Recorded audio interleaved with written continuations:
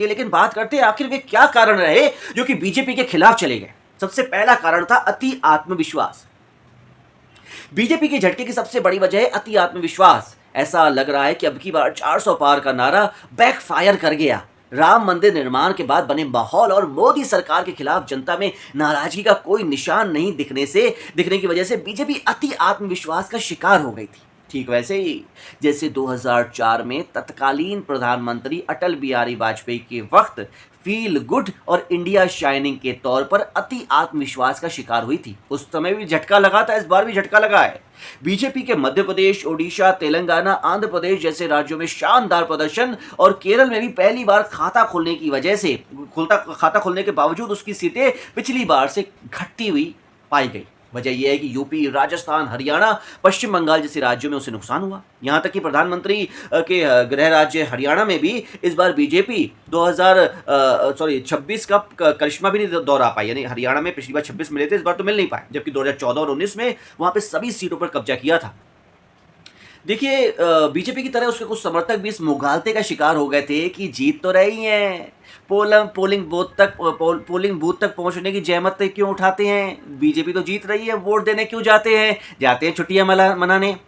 अब देखिए, ये बात तो बीजेपी को सोचनी होगी कि वो प्रचंड जीत को लेकर एक समय आश्वस्त थी, और इतना आश्वस्त थी कि इस बार चुनाव से पहले किसी भी तबके को फायदे वाली किसी भी स्कीम का भी ऐलान नहीं किया।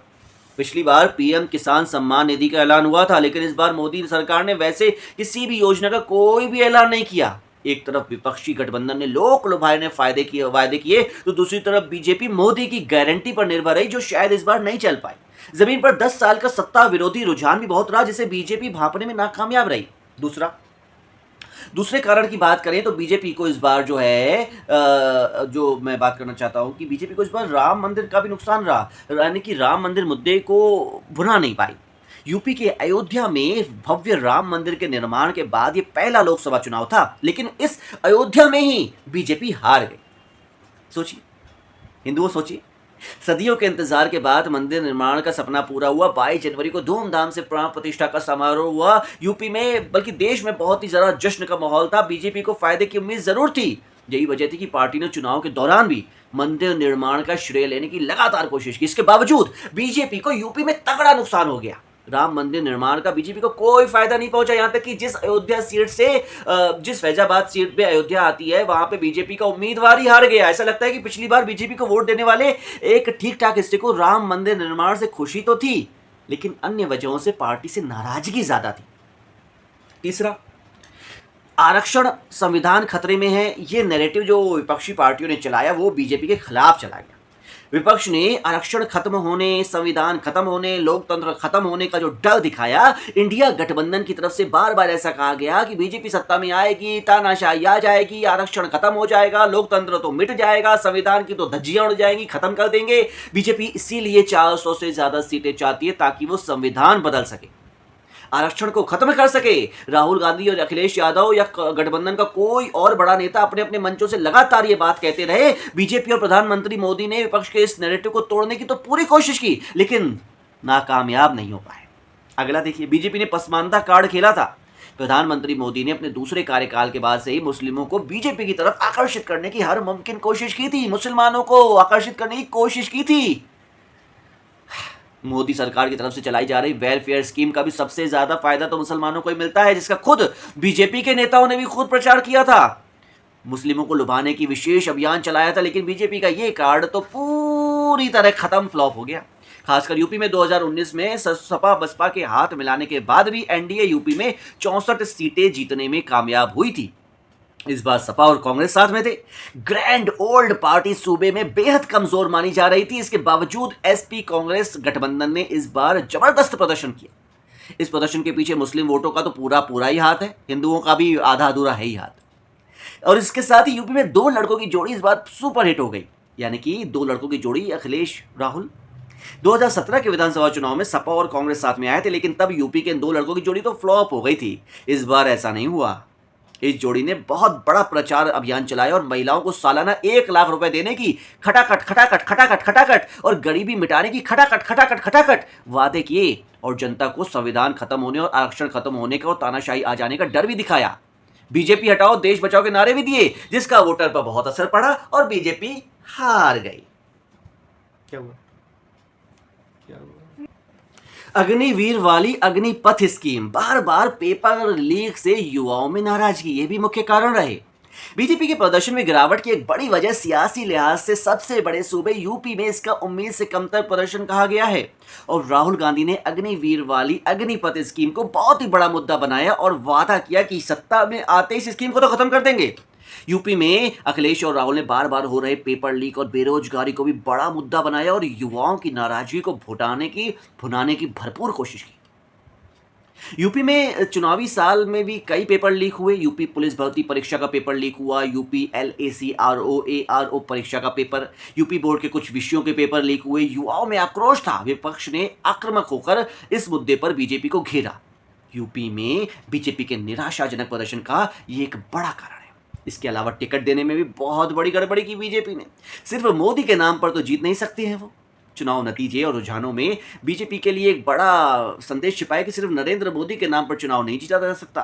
ब्रांड मोदी की चमक फीकी पड़ गई है, खत्म हो रही है, मोदी मैजिक धुंधला पड़ रहा है।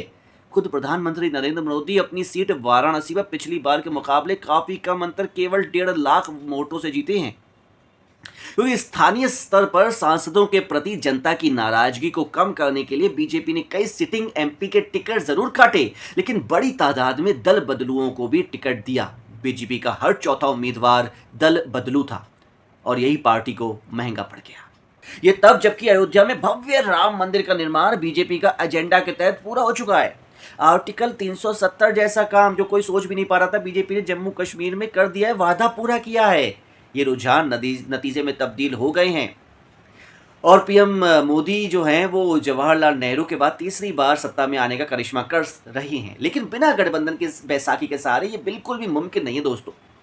बीजेपी के पूर्ण बहुमत से चूकने के बाद अगर वो गठबंधन के तहत तीसरी बार सरकार अच्छी तरह नहीं बनाते हैं तो उनके लिए बहुत गलत होगा। और इस बार तो उन्हें JDU चीफ नीतीश कुमार और TDP के मुखिया चंद्रबाबू नायडू के रहमो करम पर जिंदा रहना होगा।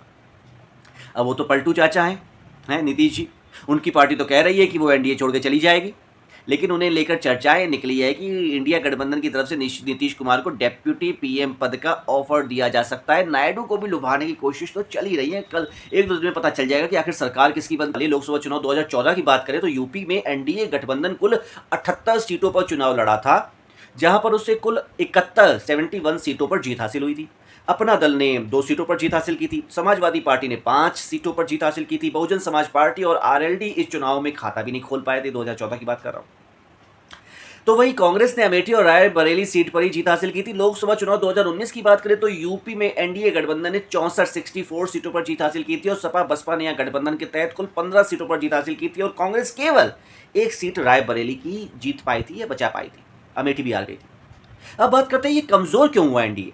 देखिए, जानकार तो ये दावा करते हैं कि गठबंधन की राजनीति के आगे 2014 के बाद से NDA गठबंधन बहुत ही ज़्यादा कमज़ोर हो रहा है, जिस वजह से 2014 में बीजेपी ने यूपी में कमल खिलाया था, वो धीरे धीरे कम सीटों पर सिमटते जा रहे।